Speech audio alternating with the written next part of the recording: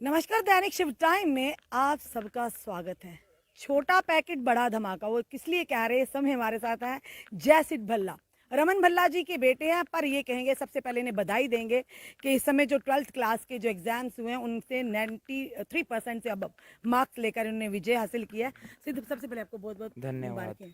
धन्यवाद जी। और जब भी कोई बात करे पूरे तथ्यों के साथ सामने आते हैं। उम्र छोटी है पर ये कहेंगे एक्सपीरियंस यानी तजर्बा काफ़ी है। लगता है आने वाले समय में ज़रूर कुछ ना कुछ करेंगे। आज जिस मुद्दे को लेकर हम बात कर रहे हैं, 2 दिन पहले की अगर बात करें, हमने भी उसे वीडियो अपलोड किया था। पेरेंट्स की, माता पिता की काफ़ी हमें मैसेज आ रहे थे, बच्चों के हमें मैसेज आ रहे थे कि CUET यानी कॉमन यूनिवर्सिटी एंट्रेंस टेस्ट के लिए बच्चों के जो सेंटर हैं बाहर बने हैं। अब सेंटर बाहर है, किसी ना किसी तरीके से तो जाना पड़ेगा जनाब। पर उससे भी बड़ी बात है, जो लोग नहीं जा पाएंगे उनका क्या? अरे मजबूरी में जाना भी पड़ेगा, पर क्या क्या इसकी गारंटी है कि जब हम बाहर जाकर टेस्ट देंगे हमें कॉलेज भी जम्मू के मिलेंगे? चलिए इसी विषय में बात करते हैं। सिर्फ आप पूरी इस तरह से इस चीज़ को किस तरह से लेते हैं? CUET एक तो पहले मैं मानता हूँ जो ये एग्ज़ाम कराया जा रहा है, एक विद्यार्थी पे एक एकेडमिक स्ट्रेस बहुत ज़्यादा डाल दिया हुआ है। अब आप अगर देखें, जनरल टेस्ट भी है, इंग्लिश तो कंपल ये दो चीज़ें तो कंपलसरी हैं, बाकी मेन सब्जेक्ट्स हैं। करीबन करीबन भी मैं आपको बोलूँ, एक विद्यार्थी को अगर ये सारा कंप्लीट 100% करना है, करीबन 1500 पेज के करीबन करना पड़ेगा, क्योंकि 6 महीने का करंट अफेयर और इतना ज़्यादा सिलेबस। कोई बात नहीं, चलो वो भी बच्चा अपनी मेहनत वगैरह से कर लेगा, परंतु मैं कुछ चीज़ें इसमें गलत मानता हूँ कि अगर ये सही से लगाते। पहली बात तो जिन अगर ये होना था तो बच्चों का 12वीं का एग्ज़ाम देने का क्या फ़ायदा हुआ। अब जैसे मेरे भी इतने अंक आए तो मैं भी कभी कभी सोचता हूँ कि वो तो आगे एक अच्छी बात है। इनको एक क्राइटेरिया फिक्स करना चाहिए था कि किसी का अगर 90% ऊपर होता, उनको CUET नहीं देना पड़ता। उनके लिए अगर बेसिक फैसिलिटीज़ रखते ना 85, उससे क्या होता है, एक बच्चा एंकरेज होता और आगे भी होगा कि हमने 12वीं के अंदर अच्छे अंक लाने हैं। वरना इस चक्कर में तो बच्चा 12वीं का पढ़ेगा ही नहीं, 12वीं के अंक ही नहीं। अल्टीमेटली नॉलेज गैदर करने में प्रॉब्लम आएगी, क्योंकि आज के वक्त नॉलेज सबसे बड़ी एक हथियार होता है, एक चीज़ का दिमाग सबसे बड़ा हथियार होता है एक चीज़ का। CUET के सेंटर बाहर बनना सबसे गलत चीज़ मैं मानता हूँ। आप चंडीगढ़ होके आइए, एक दिन जाओ उस दिन आओ, पेट्रोल का ही खर्चा 10,000 आ जाएगा, रहना वगैरह 20, 25, 22 हज़ार तो आपका बस एक बार जाने का आने का हो जाएगा। आप सोचिए, जब आपका पंजाब के बीच में सेंटर बनेगा, हरियाणा में, जिंद, कहीं पर भी, सोनीपत, कहीं पे भी आपका जब सेंटर बनेगा, आप सोचिए एक विद्यार्थी को कितनी दिक्कत आएगी, जो एक डेली वेजर का बेटा है, जो एक जवान का बेटा है, जिनके जो पिता हैं वो अगर शहीद हो गए हो, जिनके परिवार में कोई SP हो, जो अभी कितना पढ़ते, 80% जम्मू का बंदा तो प्रदर्शनों पे बैठा हुआ दिखता है। जहाँ पर भी जाओ 80% से ज़्यादा प्रदर्शनों पे बैठा हुआ दिखता है। बाहर पेपर करवाना एक तो गलत नीति में मानता हूँ। अगर आपने करवाना है तो आपको विद्यार्थी को मीन ऑफ ट्रांसपोर्ट प्रोवाइड करवाना चाहिए, आपको रहने की व्यवस्था करानी चाहिए, खाने की व्यवस्था करानी चाहिए, पूरा उनका रहन सहन का आपको बंदोबस्त कराना चाहिए। आप वो ना करा के आप उम्मीद करते हो कि एक वो इतना ज़्यादा एक्सपेंडिचर खर्च करें, और ये एक तो बिल्कुल गलत बात है। और मैं चीज़ मांग करता हूँ कि जम्मू वालों को कम से कम भी 75% रिजर्वेशन दी जानी चाहिए कि जम्मू बेस्ड कॉलेजेस के बीच में। कुछ नया नहीं है। आप बताएं, जो दिल्ली कॉलेजेस हैं वहाँ लाखों में सीटें हैं, कम से कम लाख सीटें होंगी वहाँ पे विद्यार्थी को ले। जम्मू में तो है ही नहीं है। जम्मू की लॉ कितनी होंगी, 75-100 होंगी, इतनी होंगी, ज़्यादा से ज़्यादा है ही नहीं है। अब दिल्ली के बीच में 85% लोकल बेस्ड कॉलेजेस के लिए रिजर्वेशन है, और पंजाब हरियाणा में 75% लोकल के लिए रिजर्वेशन है।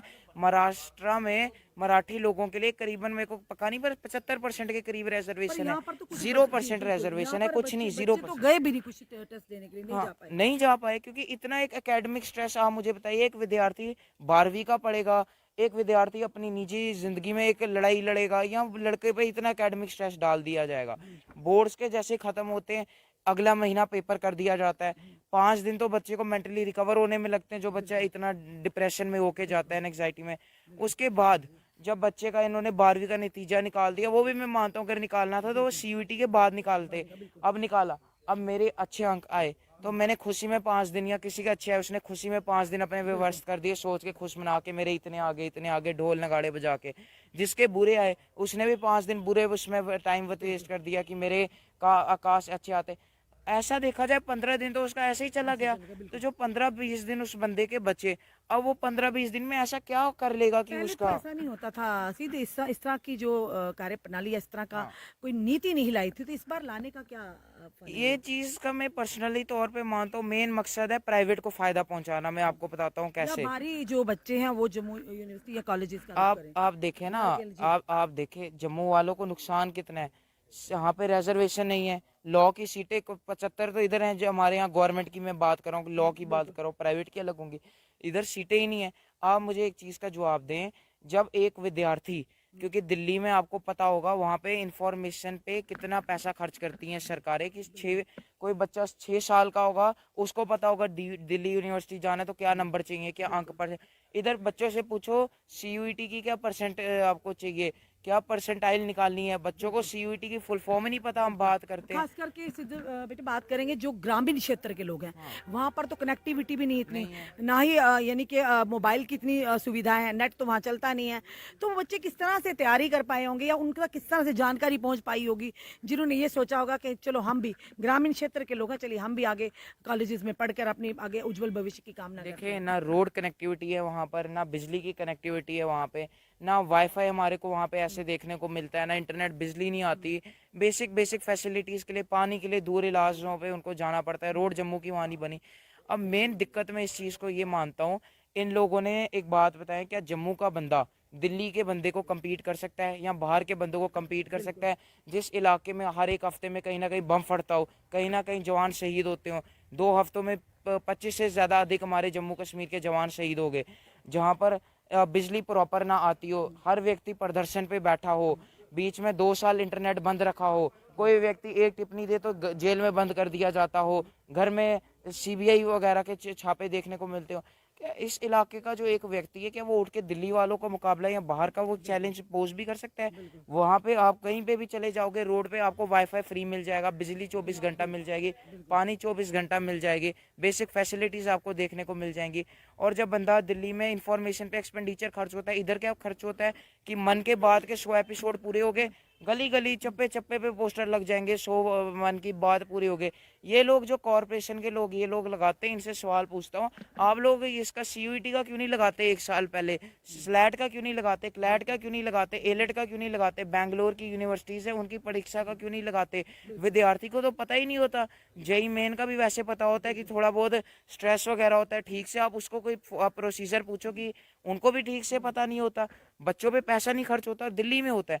मेन मकसद ये है, मैं बताऊँ कि दिल्ली का बच्चा जिसको पता है 98% लाने तो डीयू में जाऊंगा, जो मेहनत ही 98 की कर रहा है, 98 नहीं तो कम से कम भी 85% तो आएगा। मैं भी एक विद्यार्थी हूँ, अब मेहनत जितनी करो 85, जम्मू का दरवाजा खुल जाता है। अब जब वो वक्त जम्मू आएगा, हमारा लैंड राइट भी नहीं है, एथनिसिटी भी चैलेंज हो जाएगी। हमारा बंदा ना यहाँ का रहेगा ना वो वहाँ का रहेगा। उससे पढ़ाई जो 12 लाख की होने वाली होगी, एक विद्यार्थी की उठ के हो जाएगी 35-40 लाख में, 33 लाख में। इतना क्या कोई प्राइवेट का कोई बच्चा अफोर्ड कर सकता है?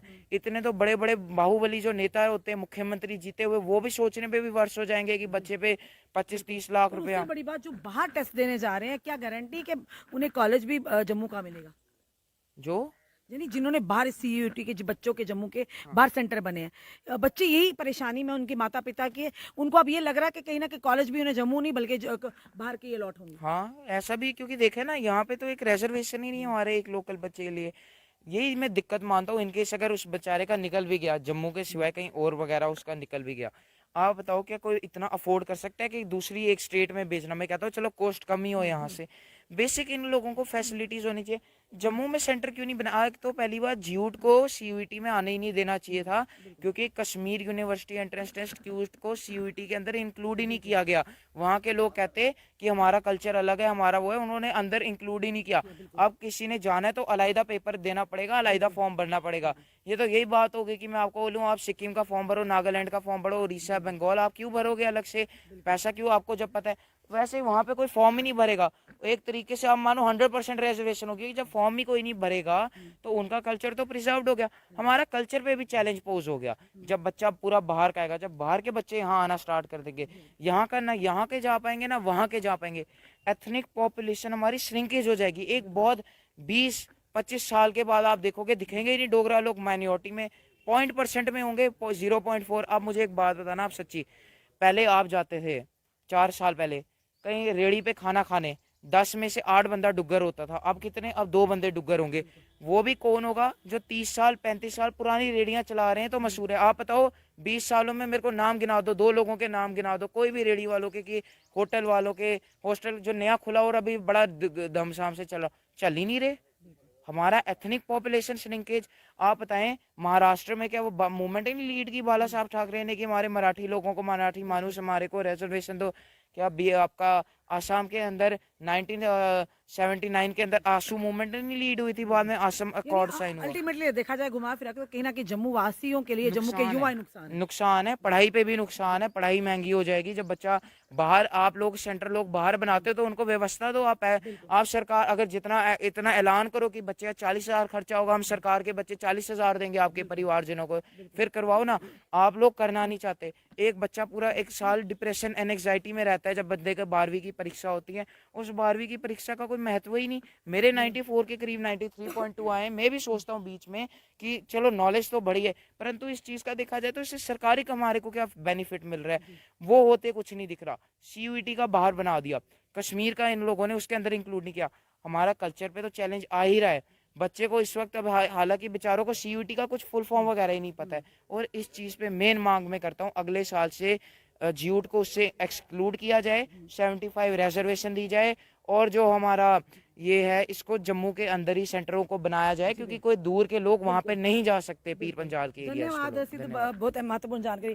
ये थे हमारे साथ जयसिद्ध बल्ला। और सबसे बड़ी 2 दिन पहले हमने एक वीडियो अपलोड किया था कि जो कॉमन यूनिवर्सिटी एंट्रेंस टेस्ट है, जिनके सेंटर अब बाहर में लुधियाना में, पंजाब में बने हैं, सबसे बड़ा सवाल ये है कि क्या लगता है जो गरीब इंसान है, जो 2 वक्त की रोटी को भी मजबूर है, वो पहले बच्चे के लिए पैसा कहीं से उधार लेगा, फिर बच्चों को वहाँ भेजेगा। और अगर ये भी देखा जाए कि अगर बच्चे चले भी जाएंगे तो माता पिता आज के दौर में जिस तरह की हालत है, बच्चे को अकेले भेजे से घबराते हैं। जिस बच्चे ने घर से कॉलेज या कॉलेज से स्कूल देखा हो, उसे बाहर कैसे भेजे? यानी अगर जाना भी होगा घर में, अगर 3 सदस्य, 2-3 का पहले किराए का जुगाड़ करना होगा, फिर बच्चे को लेकर आएंगे।